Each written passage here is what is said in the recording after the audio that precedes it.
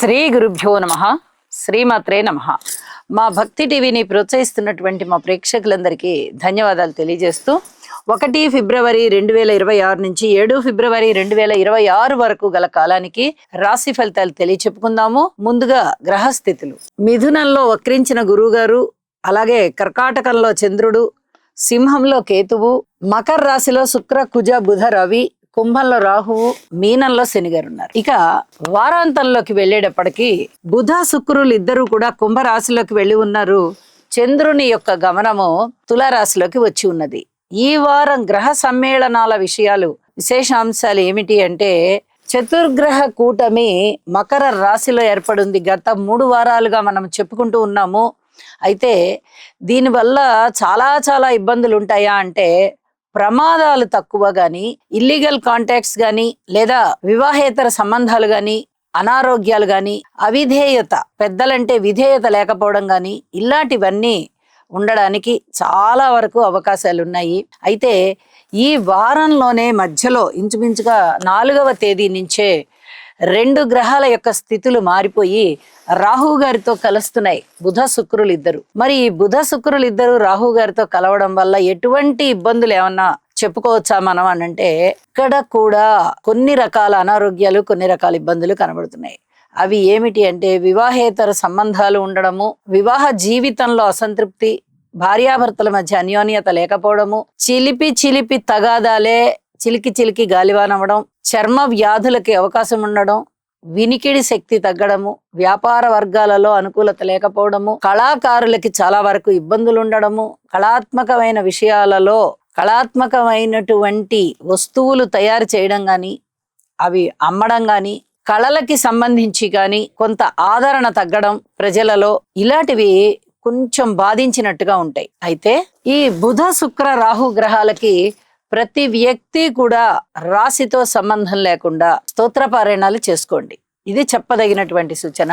అలాగే గురువు గారి యొక్క 9వ దృష్టి ఇక్కడ బుధ శుక్ర రాహుల మీద ప్రసరిస్తూ ఉన్న కారణం చేత ధన ఆదాయం పెరుగుతుంది, విజ్ఞానం పెరుగుతుంది, దైవభక్తి పెరుగుతుంది. ఈ విధమైనటువంటి ఫలితాలు ఉండడానికి అవకాశం ఉంది. ఇక మిగతా గ్రహాల యొక్క దృష్టులు కేవలం రాశుల మీదే ఉంటున్నాయి కాబట్టి, రాశి మీద ప్రభావం కన్నా రాశిలో గ్రహం ఉండడం వల్ల ప్రభావం ఎక్కువగా చూపిస్తుంది. అయితే ఆ రాశి మీద ప్రభావాన్ని కూడా మనం చెప్పుకుంటాము. ఏ రాశి చెప్పుకునేటప్పుడు ఆ రాశి ఫలితాలలో అవి చెప్పుకుందాము అని చెప్పి తెలియచేస్తూ ఉన్నాను.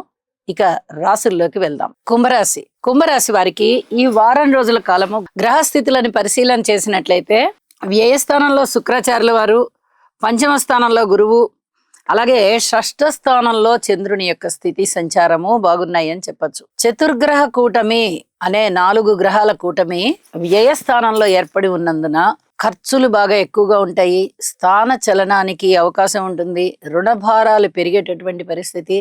అలాగే విదేశీ యానం చేయాలి, విదేశాలకు వెళ్ళాలి అనుకునే వారికి చిన్నపాటి ఇబ్బందులు ఉండడము, వాయిదా పడడము, ఇలాంటివి ఏమన్నా జరిగే అవకాశము. అలాగే వ్యయ ప్రయాసాలకి ఓరవలసి ఉంటుంది. మాట తీరుని చాలా జాగ్రత్తగా చూసుకోవాలి. కుటుంబంలో ఇబ్బందులు కనిపిస్తున్నాయి. ఐకమత్యం కనిపించబోవడం లేదు. అన్నదమ్ముల సహాయ సహకారం కొంచెం తక్కువగా ఉంది అనే చెప్పాలి. మాతృవర్గ రీత్యా కూడా అంతంత మాత్రపుగానే ఉన్నాయి సహాయ సహకారాలు. మీరేమన్నా సహాయం చెయ్యండి, సహకారంగా ఉండండి.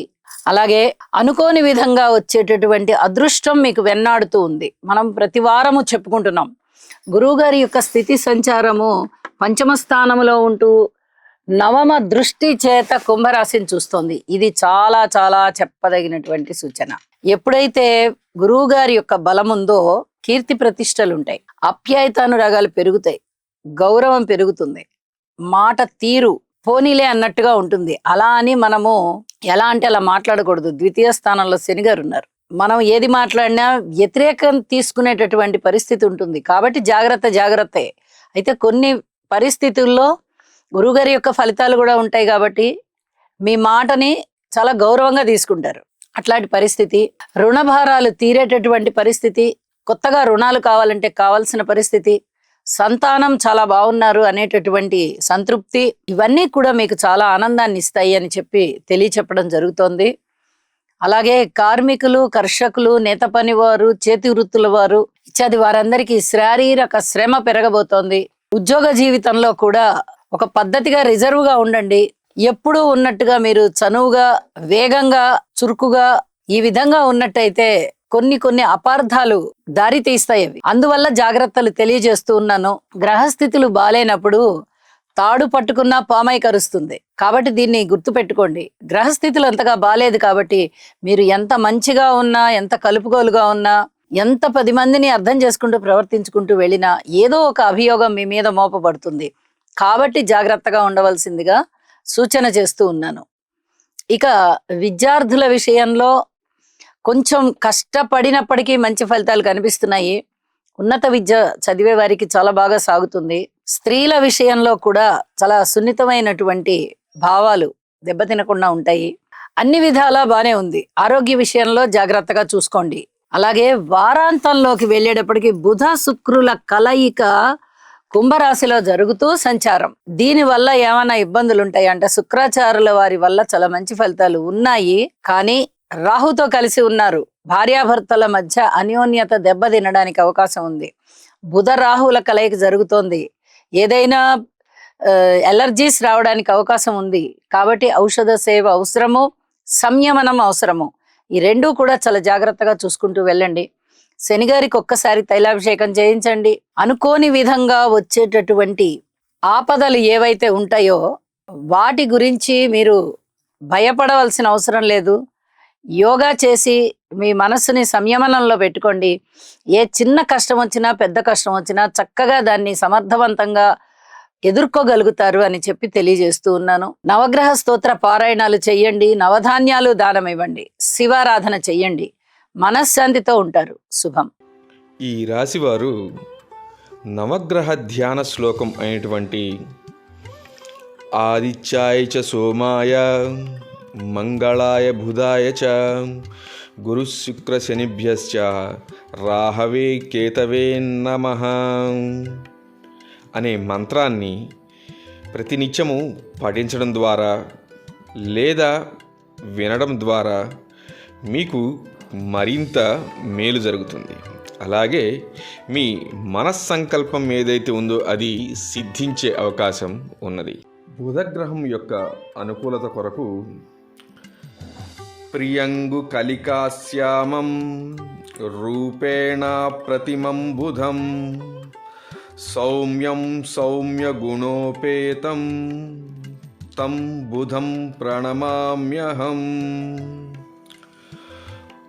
ఓం బ్రాం